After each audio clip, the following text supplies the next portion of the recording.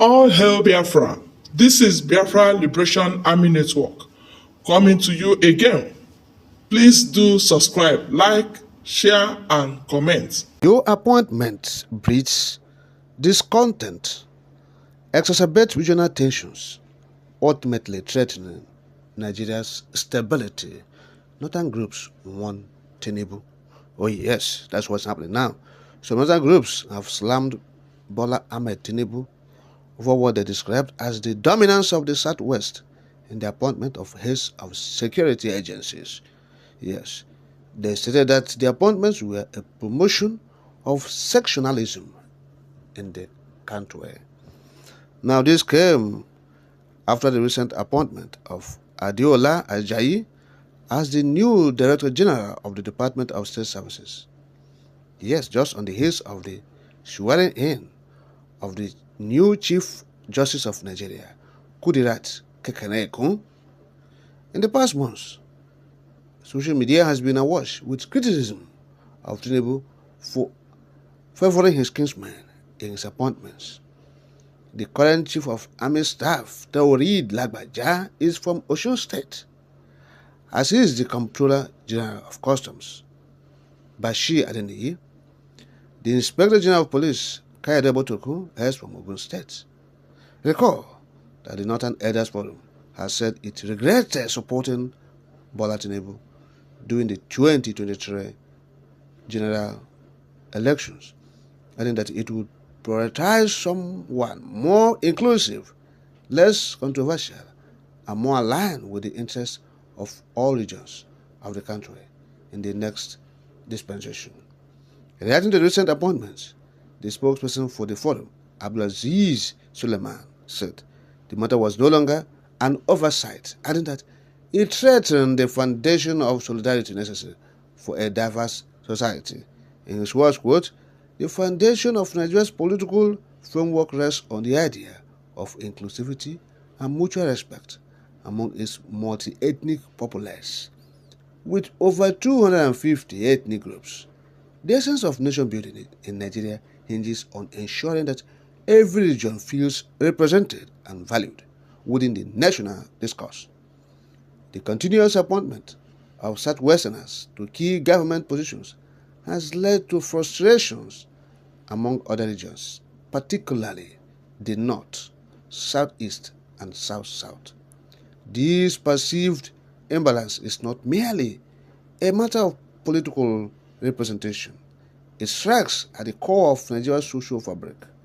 When one section of the country feels marginalized or systematically ignored, it breeds discontent and can exacerbate regional tensions, ultimately threatening the country's stability." End of quote. Now, Suleiman called for a more equitable approach to appointments, stressing the importance of reflecting Nigeria's diverse population in its governance structures. He stated that a government that appeared to neglect the principles of inclusivity risks breeding discontent and regionalism, which could further fragment the country's social fabric. Yes, he said, it's disappointing and called for a more balanced approach that accommodates all regions equally. He said the need for appointing qualified candidates based on competence rather than regional affiliation is very important. Yes, he said this sentiment aligns with the broader cause for various sectors of society for transparency and accountability in government appointments, fostering an environment where meritocracy prevails. Now, the former Vice President Atiku Abubakar said the recent appointments were an abuse of the provisions of the Constitution. The ex-presidential candidate of the People's Democratic Party, who spoke through his special advisor on media, Mr. Paul Ibe, said the APC-led administration introduced separatism policies into the country's politics. Yes, he said the federal character as enshrined in the Constitution is grossly abused by the present administration. The essence of that provision is to ensure that all the regions are represented in government, Atiku added. Yes. He also noted that nepotism and bigotry had taken over the running of the federal government under Bola Tinubu. Yes, he said, when you exclude other sections of the country from your government, you are inviting separatism and other agitations that are not developmental to the country. Yes. Now, he said instead of President Tinubu to unite the country after the election for progress, he is dividing Nigeria along ethnicity and region. Yes, that's what he said. Oh yes, that's what is happening now. That's Atiku weighing in, saying, look, that what Tinubu is doing is to bring anarchy to the country. Yoruba are the security heads. Oh yes, that's what they're saying, the Northern group. They forgot their own brother that stayed there for 8 years and was doing Fulanization of security apparatus. Fulanization of security heads, agencies, departments. Oh yes, the same thing Tinubu is doing. Yes, urbanization of the economy, of the security. Yes, everything. So that is it. So it's the turn of the Yorubas to urbanize the economy, urbanize the security agencies. Oh yes. So one Northerner was saying that look, he said, this thing that Tinubu is doing, say very soon they will see the reason why he's doing it. So it will all show why he's doing all these things. Why he's appointing the National Intelligence Agency, DG, Yoruba man, DSS, Yoruba man, Chief of Army Staff, Yoruba man, the Comptroller General of Customs, Yoruba man, Immigration, Yoruba man, the Chief Justice of the Federation, Yoruba woman. Yes. Say it will be obvious very soon. It will show why he's making these appointments, strategic appointments in terms of security. All Yorubas. The Northerners said they're not happy about it. The Northern group, the youths, said they're not happy about it. Yes, they spoke against it. Yes. So that is what is happening. So urbanized economy, urbanized security apparatus and security agencies happening. Oh yes. The Northerners are crying now.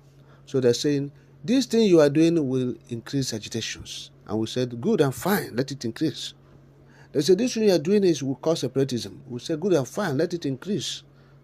Oh yes. They said, this thing you are doing will bring instability. We said, good and fine, let it bring instability. Yes. Yoruba people continue to do what they are doing. The Hausa Fulani did it during their turn. Yes. Fulani economy. Yes. Fulani security apparatus, security architecture. Yes. That's what we have seen in the last 8 years before Tinubu assumed duty, when we are seeing the urbanized economy, urbanized security. So that is it. A country that is leaning towards this kind of situation, bigotry, nepotism, and you think it will survive. No. Its leaders are the one promoting this nepotism, bigotry, yes, sectionalism.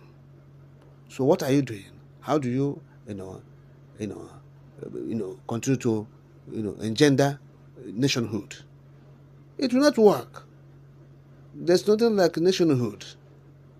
Yes, it's a mere geographical expression where looters have gathered to loot resources meant for the people, meant for the masses. Yes, they are trying to advance the cause of their ethnic group, where they come from. So nobody cater for the nation, to build a nation where people will feel free, feel one, and live together in peace, harmony, and development. Nobody is talking about that one. They're talking about how to loot the resources and advance the cause of their ethnic group, where they come from. Simple. So those who are into one Nigeria from the Biafran territory, Ndo, sorry, Bele. Now you, where they lose. You, will believe, say, we are one Nigeria, and you are from Biafra land. You are the one where they don't beat. They have beaten you 10-0. Yes, they have beaten you. They have beaten you. So that's the point. They are not interested in nation building. The so-called leaders, they are not interested. They are coming there to advance their personal cause and the cause of their ethnic group, ethnic nationality, that is urbanized security agents, urbanized economy, they have a reason. You will see it very soon. Yes. So it's their turn. Emiloko, our turn to grab. Grab it all. Grab it all. Grab it all. It's our turn, Emiloko. It's our turn. And that is what's happening. The Fulani people aided them. And now they're crying foul play. Yes? When they were saying, it's our turn, Emiloko.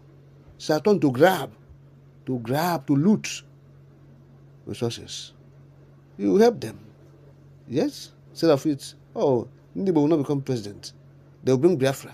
This, all of you are seeing it. You are suffering it. Hardship. Petrol pump price now is about 1,500 naira. From 180 naira when this Emiloko assumed duty. Yes, just barely a year ago. Now it's 1,003 to 1,005. Official pump price of NNPC is almost 1,000 naira now. Yes, and independent marketers are still up to 1,500. So that is Emiloko. It's our turn. It's our turn. We must rule, and the Northerners supported it. So today, all of them are into it, suffering. The suffer will continue. It will not stop. It is good. The fuel will continue to grow. Dollar will continue to, the naira will continue to, be devalued. Yes.